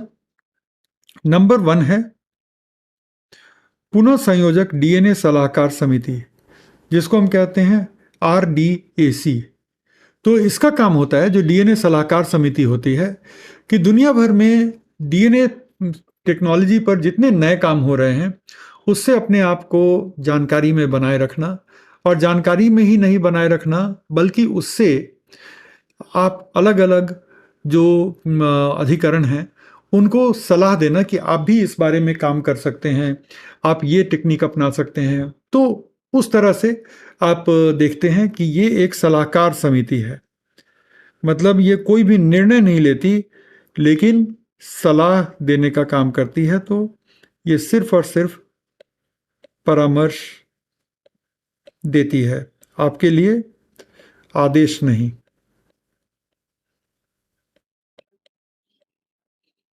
आदेश नहीं देती।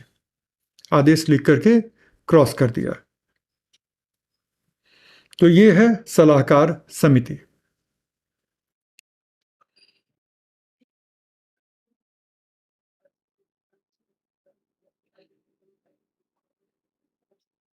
आरडीएससी का फुल फॉर्म इंग्लिश में लिख देता हूं। Recombinant DNA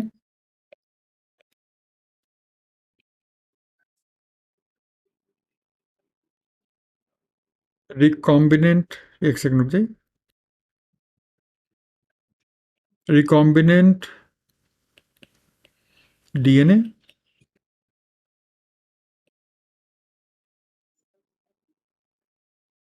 advisory committee.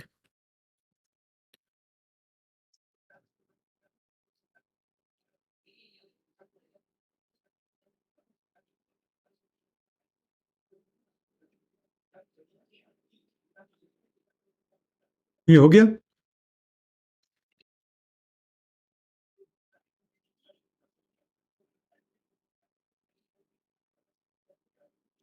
DBT department of biotechnology होता है। चलो, अब आ गए हम संस्थागत जैव सुरक्षा कमेटी पर। आप लिखते जाइए, संस्थागत जैव सुरक्षा समिति, आईबीएससी। आईबीएससी का फुल फॉर्म होता है इंस्टीट्यूशनल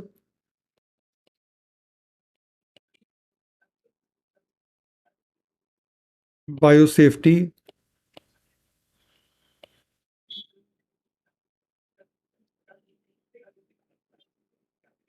कमेटी।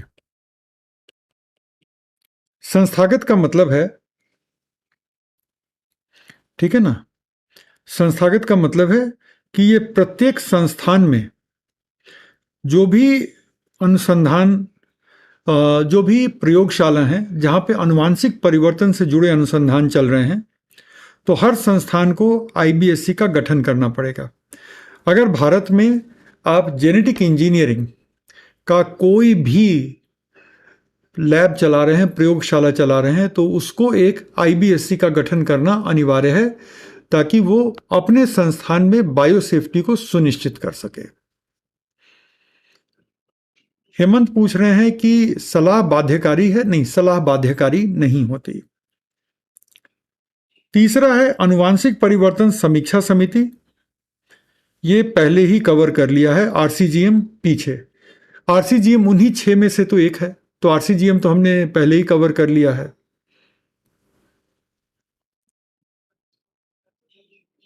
ठीक है, तो इसको रिपीट नहीं करना अब हमें। जेनेटिक इंजीनियरिंग मूल्यांकन समिति, ये शीर्ष समिति है, याद रखिएगा। मतलब फाइनल जो डिसीजन होता है वो इसी का होता है। और कहाँ काम करती है? पर्यावरण, वन एवं जलवायु परिवर्तन मंत्रालय में। कहाँ काम करती है? पर्यावरण,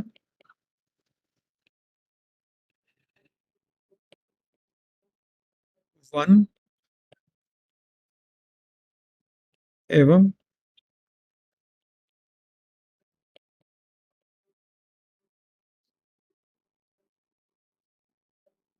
जलवायु परिवर्तन मंत्रालय। तो ये जरूरी है कि ये किसके तहत काम करता है।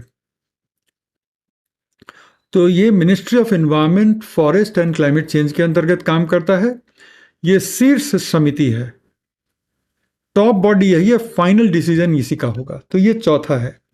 और जो पांचवा और छठा है वो स्टेट और डिस्ट्रिक्ट के लेवल पे होगा। और डिस्ट्रिक्ट में एक मेरे लिए, आप मेरे पास आपके लिए खुशखबरी भी है। राज्य जैव प्रौद्योगिकी समन्वय समिति,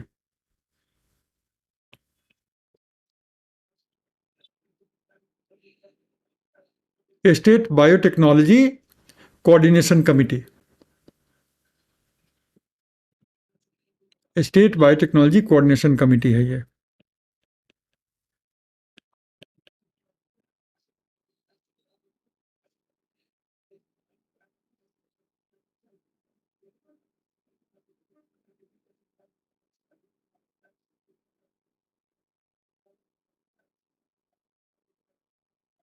ठीक है, ये हर स्टेट में होगा,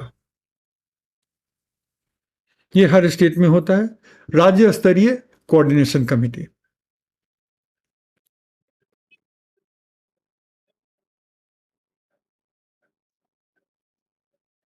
स्टेट बायोटेक्नोलॉजी कोऑर्डिनेशन कमेटी, ये समन्वय समिति होती है। और लास्ट में है जिला स्तरीय समिति, sixth, district level committee, district level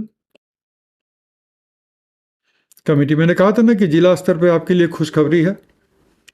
तो जिला स्तरीय कमेटी में जिलों में डीएलसी का गठन होता है और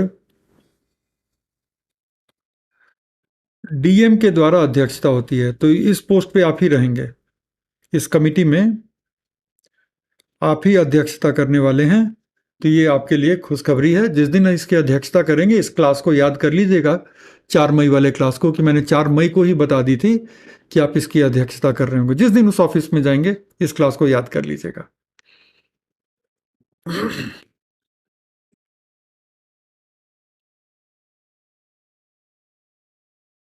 चलिए आप लोग लिख लीजिए, थोड़ा सा मैसेज भी मैं देख लेता हूँ आप लोगों का।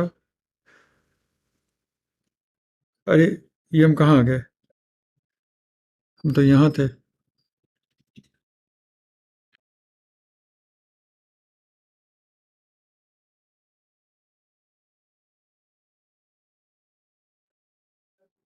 ये तो मेरा क्लास ही बंद हो गया।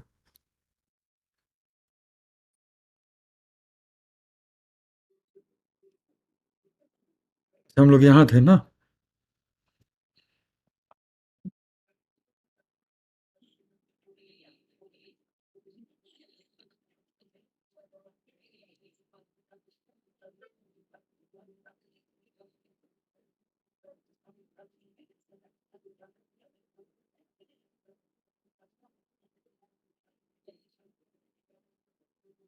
फुल फॉर्म, हाँ, थोड़ा सा याद कर लीजिए।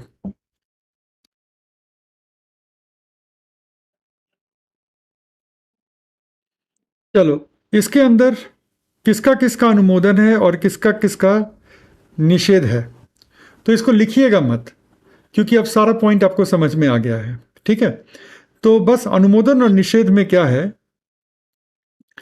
कि कोई भी व्यक्ति जीईएसी के अनुमोदन के बिना किसी भी जीएमओ पदार्थ कोशिका का आयात निर्यात परिवहन निर्माण प्रक्रिया उपयोग की बिक्री नहीं करेगा।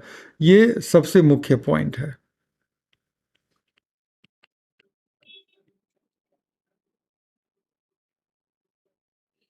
कि किस चीज का निषेध है। तो इसी चीज का निषेध है कि जीईएसी का अनुमोदन जो है आपके लिए अनिवार्य है, बिना उसके वो होगा नहीं।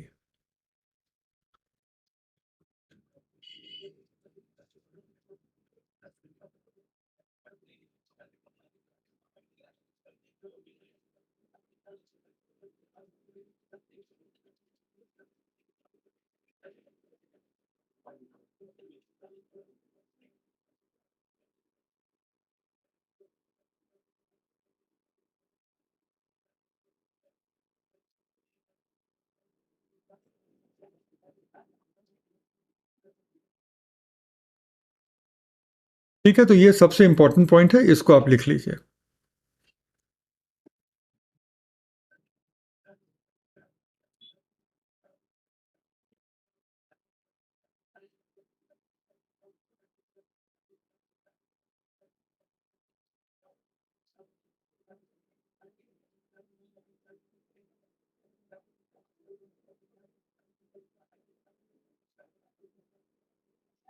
चलो, ये लिख लिया आपने?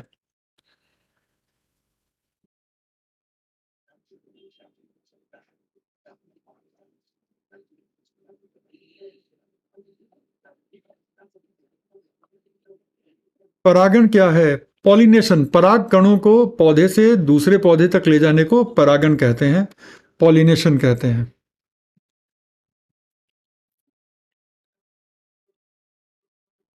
इशू, ये समितियां तो समझा दी हैं, एक बार देख लेना, बस इतना ही जानने की जरूरत थी, क्योंकि इन समितियों पे प्रीलिम में क्वेश्चन बनता है। तो इससे ज़्यादा बताने की जरूरत नहीं। देखो, राज्य स्तरीय कमेटी राज्य में जितने बायोटेक के रिसर्च चल रहे हैं उस पे काम करेगी, जिला स्तरीय जिला स्तर पे काम करेगी, संस्थानों में जहाँ पे प्रयोगशाला है वहाँ पे आईबीएससी काम करेगी, है ना। फिर आरडीएसी का काम क्या होता है, वो सिर्फ एडवाइस देती है। फिर जेनेटिक मॉडिफिकेशन रिव्यू कमेटी क्या करती है, वो जो है सो किसी भी तरह के जेनेटिक एक्सपेरिमेंट का की समीक्षा करती है। और जीईएसी जो है, जेनेटिक इंजीनियरिंग अप्रेजल कमेटी, वो सबसे टॉप की बॉडी है जो तय करती है कि जेनेटिक इंजीनियरिंग के कोई भी उत्पाद इस देश में रिलीज हों, बाजार में रिलीज हों, खेतों में लगाए जाएं नहीं लगाए जाएं, तो बस उतना ही है।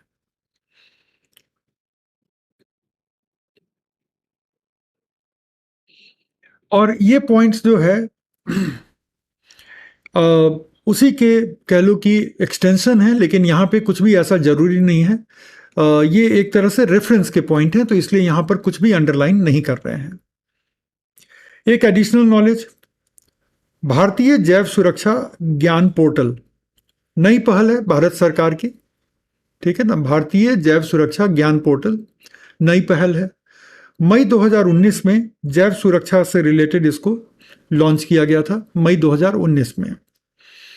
ये एक वेब आधारित पोर्टल है और इसमें जो है जीएमओ एलएमओ और उसके उत्पादों के प्राधिकरण से संबंधित नवीनतम वैज्ञानिक जानकारी उपलब्ध है। तो अगर आपको किसी भी जैव प्रौद्योगिकी के उत्पाद को लेकर के, उसके जैव सुरक्षा के पहलू को लेकर के कोई जानकारी चाहिए, और अगर वो जैव प्रौद्योगिकी का उत्पाद इंडिया में पाया जाता है, तो इस पोर्टल पे जानकारी होगी। ठीक है, तो ये है IKBP portal, Indian knowledge biosafety portal. Indian knowledge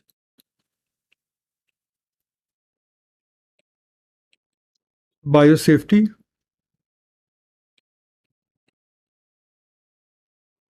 portal.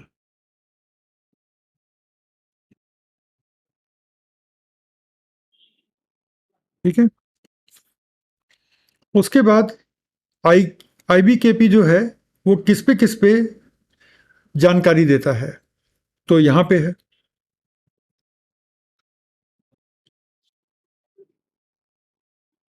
ये जो अंडरलाइन किए हैं ये लिखना है, तो आप मैं यहाँ पे थोड़ा सा रुक जाता हूँ कि आप इसको लिख लें। इसके ऊपर वाला नहीं लिखना था, इसीलिए वहाँ पे कुछ भी अंडरलाइन नहीं किए हैं। ये वाला लिखना है, इसीलिए इसको सोच समझ करके अंडरलाइन किया है। एक बार आप लिख लो इसको।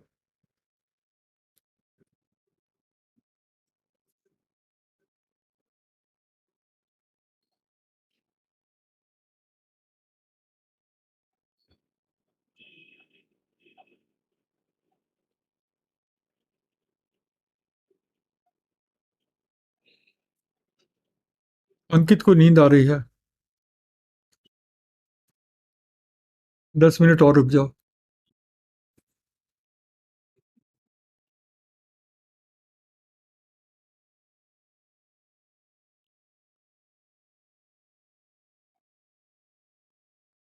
चल,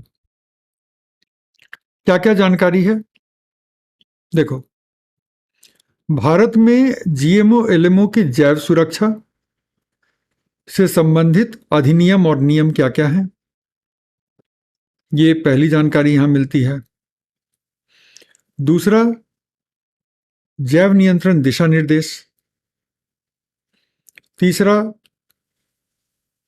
वैज्ञानिक जोखिम मूल्यांकन और जोखिम प्रबंधन योजना। और चौथा, अंतर्राष्ट्रीय विकास और वैज्ञानिक जानकारी। तो ये चार मेन हैं। और इसके साथ आईबीएससी अपना रजिस्ट्रेशन कराना चाहें, याद रखिएगा आईबीएससी का रजिस्ट्रेशन जरूरी है ना। अगर कोई भी लैब जेनेटिक इंजीनियरिंग पे काम कर रही है तो उस लैब को अपने आप को रजिस्टर कराना पड़ेगा। तो उस रजिस्टर का भी पोर्टल, आईबीएससी का भी पोर्टल यही है।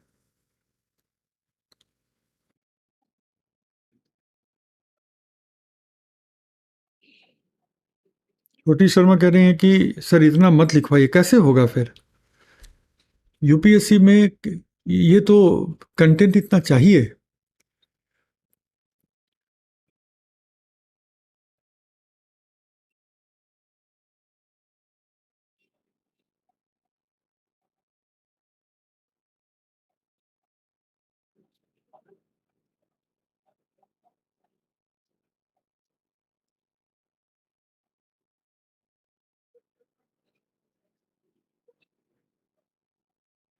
चलो ये हो गया। जितना अंडरलाइन किए हैं जिन जिन शब्दों को, बस सिर्फ उन्हीं को देखिएगा आप, उन्हीं को लिखिएगा।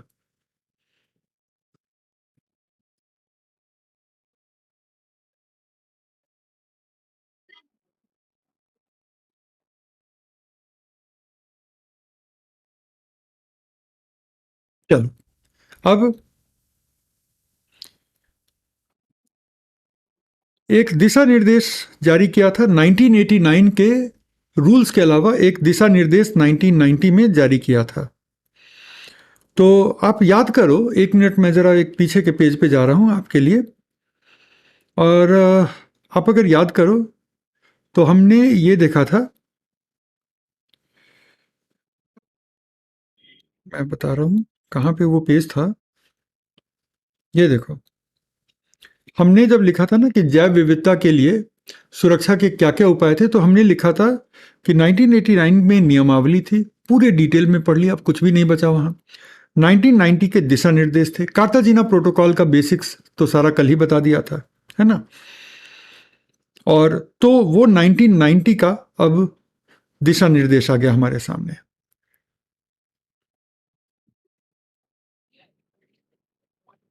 तो ये जो दिशा निर्देश हैं, ये अनुसंधान के क्षेत्रों को कवर करते हैं। किसका? डीएनए अनुसंधान के क्षेत्र को कवर करते हैं। यहां से लिखो ऐसे। और इसमें जो है, पौधे भी आते हैं, जीवाणु भी आते हैं, और जंतु भी आते हैं।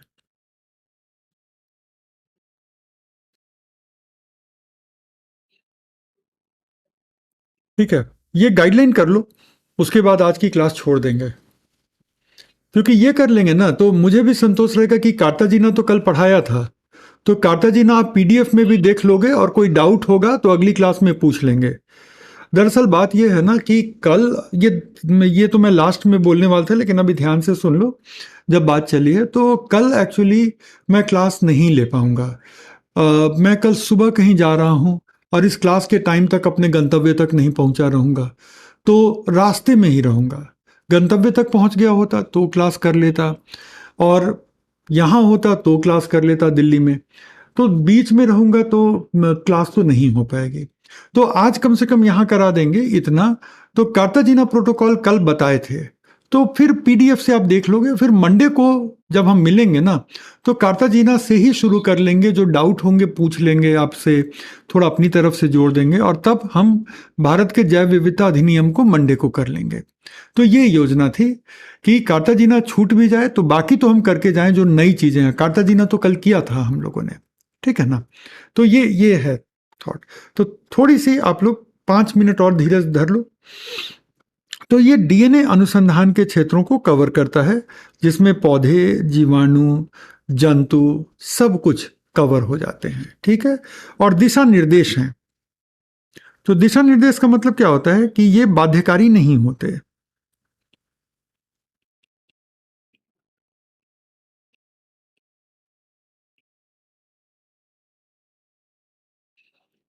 लेकिन आवश्यक माने जाते हैं।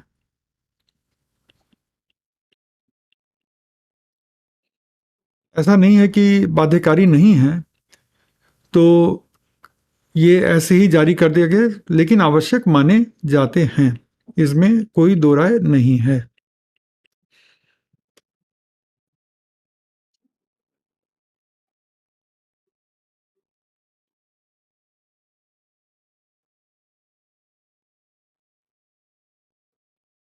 चलो ये हो गया। बस एक स्लाइड में ये बॉक्स और कंटिन्यू हो रहा है। और इसमें जो है, मतलब हमने कवर कर लिया किसको किसको, जीवाणु, पादप और जंतुओं को। लेकिन इसमें जो है, मानव भ्रूण की जेनेटिक इंजीनियरिंग, भ्रूण के उपयोग, मानव रोगाणु लाइन जीन थेरेपी को दिशा निर्देशों के बाहर रखा गया है। इसका मतलब क्या है कि मेडिकल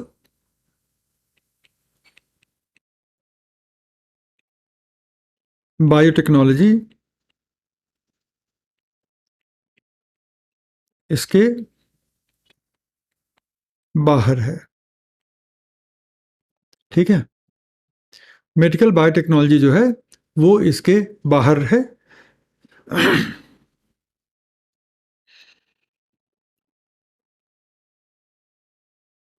इतना याद कैसे करें? तुम अभी मेरे साथ हाथ वाले नोट्स बनाते जाओ, उसको पढ़ के देखना कितना टाइम लगता है। एक क्लास, 90 मिनट की एक क्लास या 95 मिनट की एक क्लास, कम से कम ज्यादा से ज्यादा, सॉरी, 10 से 15 मिनट आपको लगेगा। और जब बार बार पढ़ोगे ना, तुम सोचो ना मुझे कैसे याद रहता है। कोई भी चीज बार बार आप देखोगे तो अपने आप याद याद रहने लगेगी, रटने की कोशिश करोगे तो वो नहीं होगा, है ना। ये पीडीएफ में हाथ का लिखा हुआ भी सेंड कर दूंगा, लो। लेकिन इसका मतलब ये नहीं होगा कि आप अपने नोट्स नहीं बना रहे हो।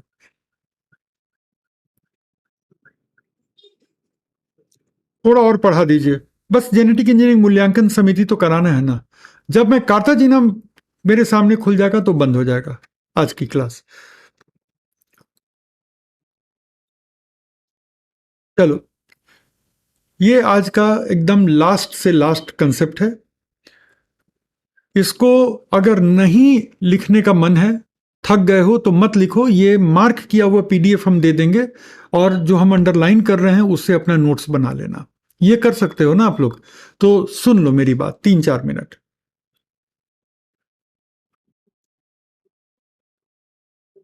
ठीक है, इसको लिखो मत। मैं जो अंडरलाइन कर रहा हूं घर पे इस पीडीएफ को देख लेना और खुद से नोट्स बना लेना। ये अंडरलाइन वाला पीडीएफ मैं आज शेयर करूंगा। जेनेटिक इंजीनियरिंग मूल्यांकन समिति कहाँ काम करती है? पर्यावरण एवं वन मंत्रालय में काम करती है। पर्यावरण, वन एवं जलवायु परिवर्तन मंत्रालय में काम करती है, सीख लिया है हमने। 1989 की नियमावली के अनुसार इसका गठन किया गया है ना। और इसके गठन का उद्देश्य था कि खतरनाक सूक्ष्म जीव और पुनः संयोजी डीएनए, जो अगले पेज पे लिखा हुआ है,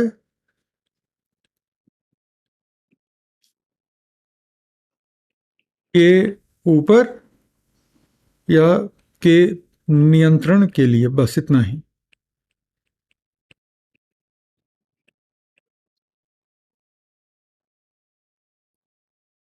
ठीक है,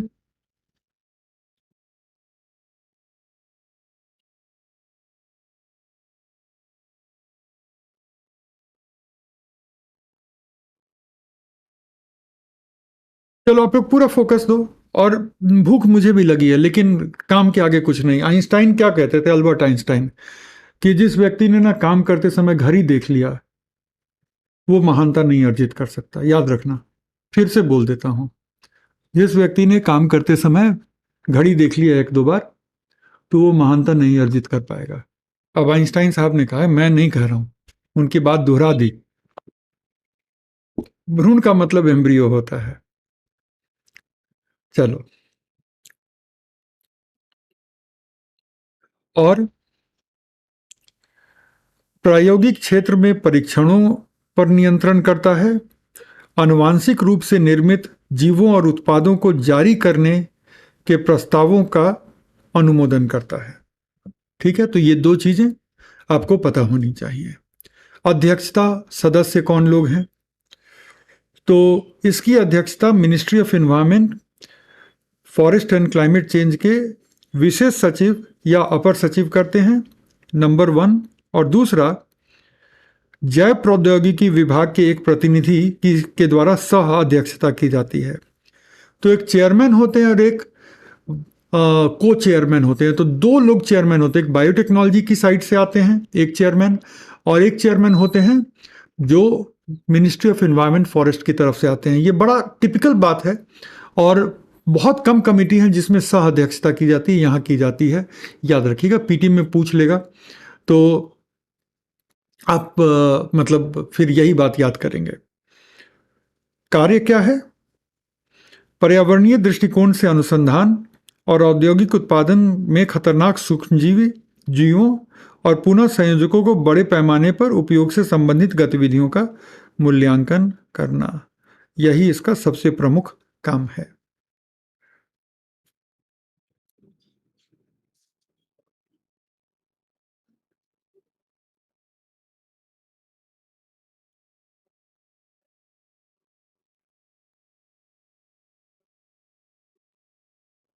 पूजा कह रही हैं कि सर पीडीएफ के अलावा कुछ नहीं बताते, अच्छा नहीं पढ़ाते। नहीं पूजा, एकदम सही कह रही हैं। आप अपना बायोडेटा भेजिए ना, मैं खान सर को भेज देता हूँ। बाकी बच्चों को भी जो है सो एनवायरमेंट में नए टीचर, आप जैसे योग्य टीचर की ज़रूरत होगी। मैं तो सही में पीडीएफ के अलावा कुछ भी नहीं बता पाता हूँ। पीडीएफ नहीं होता तो पढ़ा भी नहीं पाता, है ना।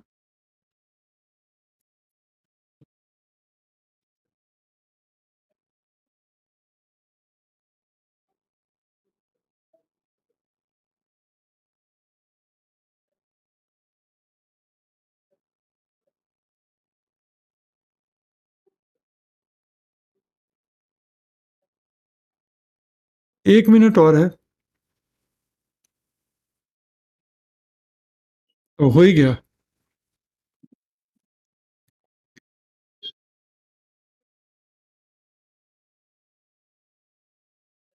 चलो, देखो मैंने कहा था ना कि कार्ताजीना आते ही बंद कर दूंगा, तो कार्ताजीना पे आ गए। 4 पेज है, आप लोग पढ़ लेना खुद से, ठीक है। और ये जो 2 पॉइंट हैं इनको लिखने की ज़रूरत नहीं है, ये आपके लिए रेफरेंस का पॉइंट है। मेन क्या है कि इंडिया में कोई भी जेनेटिक इंजीनियरिंग का रिसर्च होगा, उस जेनेटिक इंजीनियरिंग से कोई भी उत्पाद बनेगा, तो जेनेटिक इंजीनियरिंग के रिसर्च, जेनेटिक इंजीनियरिंग के उत्पाद, उन सब की समीक्षा जेनेटिक इंजीनियरिंग अप्रेजल कमेटी करेगी। वो तय करेगी कि ये रिलीज़ किया जाए खेतों में, बाज़ार में, या सुरक्षित नहीं है। तो बीटी कॉटन इसके अनुमति से ही आया। बीटी ब्रिंजल को इसने हामी भर दी थी, लेकिन मंत्री तैयार नहीं हुए, तो बीटी ब्रिंजल नहीं लागू हुआ। अभी जीएम मस्टर्ड को इसने हामी भर दी है, लेकिन उसको लेकर थोड़ा विवाद चल रहा है। तो ये टॉप की बॉडी है जो मिनिस्टर को सलाह देती है और मिनिस्टर फिर फाइनल साइन करते हैं। एक एग्जाम्पल है मात्र जहां पे मिनिस्टर ने इसकी सलाह को नहीं माना था, और वो था बीटी ब्रिंजल का। मिनिस्टर ने कहा कि नहीं, सुप्रीम कोर्ट में ये मामला है, सो हम इसमें जल्दबाजी में कोई फैसला नहीं करेंगे। That was all.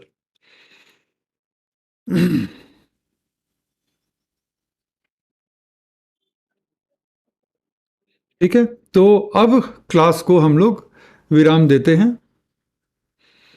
ठीक है, अब क्लास को हम लोग विराम देते हैं और मिलेंगे अब मंडे को। कार्ताजीना प्रोटोकॉल आप पढ़ के आएंगे, और इससे जुड़े हुए जितने सवाल होंगे पहले वो करेंगे, फिर भारत के जैव विविधता अधिनियम की बात होगी। तो अब अपना अच्छे से ध्यान रखिएगा, और फिर हम लोग मंडे को मिलते हैं, ठीक है। और मंडे को जैव विविधता अधिनियम को हम लोग कंप्लीट कर लेंगे। Good bye.